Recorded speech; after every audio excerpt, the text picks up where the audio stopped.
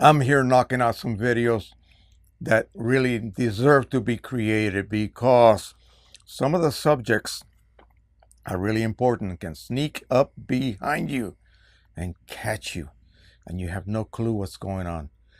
Then you go ask for help and you still don't have any clue what's going on because people will assume that you prepared your printer correctly. It's very easy to make a simple mistake. Example, Canon CLI-42 cartridges for what? Oh boy, most popular printer in the world right now, the Pro-100. They come wrapped in plastic. They have an orange clip attached that you have to snap off.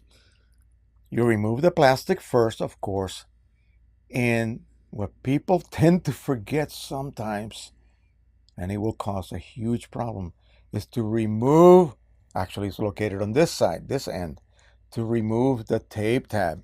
There's a little flappy tape tab. You remove it, okay? Don't just remove the outer wrapping. You must remove the tape tab. What does that do? Notice that there is a Mylar label. Now, before these cartridges are modified for refilling, this hole has a ball in it, and the label extends beyond that, okay? What you are doing when you remove that tab is you are exposing the serpentine air vent that winds its way like a little maze all across the top, where? Into the liquid chamber. Why do you need that? Why do you need a vent? Because then you would create a vacuum as ink is being drawn out, and ink is being sort of forced into this sponge area. It needs to be relieved of pressure. It's creating a vacuum. So the serpentine vent, by the fact that it is a serpentine vent, it's a very controlled process. If you do not take that off, your installation will go sort of okay. Your first couple of prints will be okay. And then after that, you will start noticing channels just not delivering ink. OMG, don't make the mistake to continue printing, thinking, oh, if I print more, I'm going to solve the problem. No. Run a nozzle check. What happened in this particular example was that the user did indeed run a nozzle check, and things were getting worse. It went from bad to horrible, especially after he ran a deep cleaning. Well, I don't care how much deep cleaning you run, it's not going to do a thing to relieve the negative pressure that's building up internally.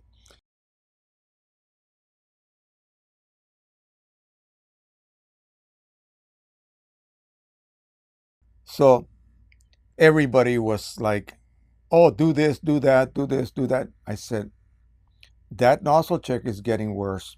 Have you removed the tabs? He went back to look.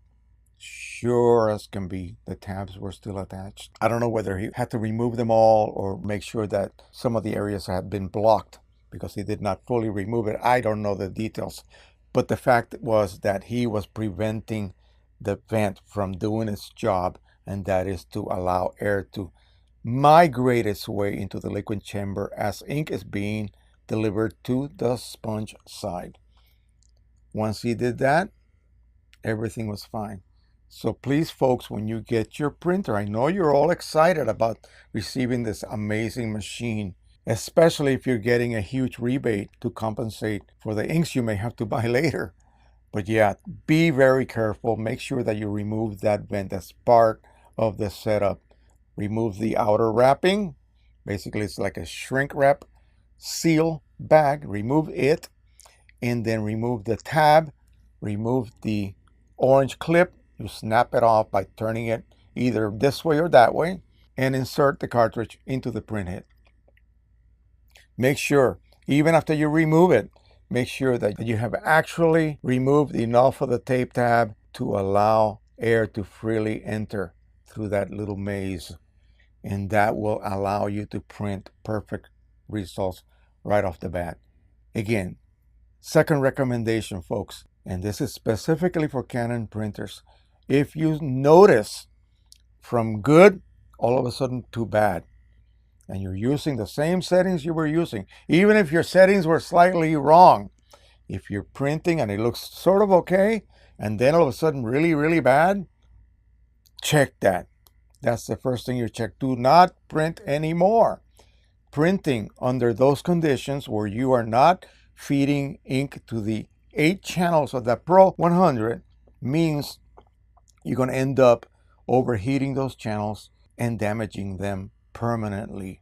You don't want to start off your Pro-1000 printing career that way, okay? That's not a good way to start, and it will really, really depress you. I know it would me. But anyway, that is it. So make sure that you remove that completely, okay, before you install them into your printer. That is it. A simple, simple little task that you need to do. And I'm not sure, I don't quite remember if they actually tell you, you know, explicitly to remove that. It's just something that you're supposed to, it just says pull this tab or something to the effect. Remove it. That will ensure that you get the proper flow. You will not have any problems all of a sudden crop up without any warning. All right, thank you so much. Don't forget to subscribe, share, and like as always. Happy printing, everybody, and bye-bye.